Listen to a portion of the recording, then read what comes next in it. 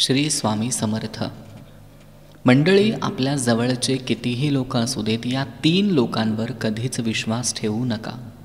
ती लोक कोणती आहेत, चला पाहूयात. मंडळी, या लोकांमध्ये सगळ्यात पहिलं नाव येतं कपटी नोकर.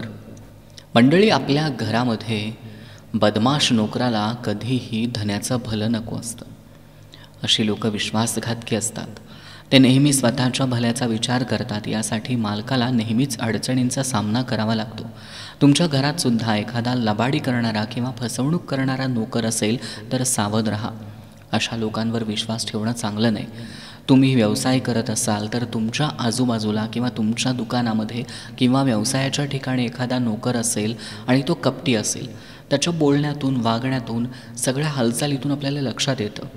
भलेही तो प्रामाणिक काम करत असेल, पण तो मनातून कपटी असेल तर तो नोकर तुम्हाला कधीही अडचणीत आणू शकतो. त्यामुळे त्याच्यावर अजिबात विश्वास ठेवू नका. दुसरं आहे खोटा मित्र. मैत्री ही विचार करूनच करावी.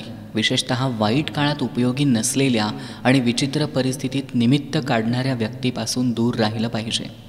खोटे बोलणाऱ्या आणि दुःखात साथ न देणाऱ्या मित्रावर चुकूनही विश्वास ठेवू नये. आयुष्यभर अशा मित्राकडून फसवणूक होते. आणि असे जे मित्र आहेत जे तुम्हाला अडचणीच्या वेळी सोडून जातात, त्यांना मित्र कसं म्हणायचं? अनेकदा असे अनेक मित्र असतात जे तोंडावर गोड बोलतात, अडचणीच्या वेळी बरोबर साईड काढतात. तर अशा मित्रांपासून नेहमी लांब राहा. हे मित्र मित्र म्हणण्याच्या लायकीचे नाहीत. आणि तिसरी म्हणजे दुष्ट पत्नी.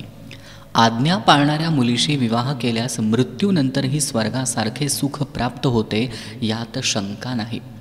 दुसरीकडं आज्ञाधारक आणि सुसंस्कृत पत्नी मिळाली नाही तर माणसाचं जीवन जिवंतपणी नरकासारखं होतं. अशी स्त्री कधीही आपल्या पतीच्या किंवा कुटुंबाच्या कल्याणाचा विचार करत नाही. दुष्ट पत्नीवर चुकूनही विश्वास ठेवू नये. दुष्ट पत्नीवर विश्वास ठेवण्याची चूक केली तर त्याचे परिणाम तुम्हाला नक्कीच भोगावे लागतील. म्हणून खोटे मित्र, बदमाश नोकर आणि दुष्ट बायकांपासून सावध राहा आणि या लोकांना कुठलीही मनातली गोष्ट शेअर करू नका. श्री स्वामी समर्थ.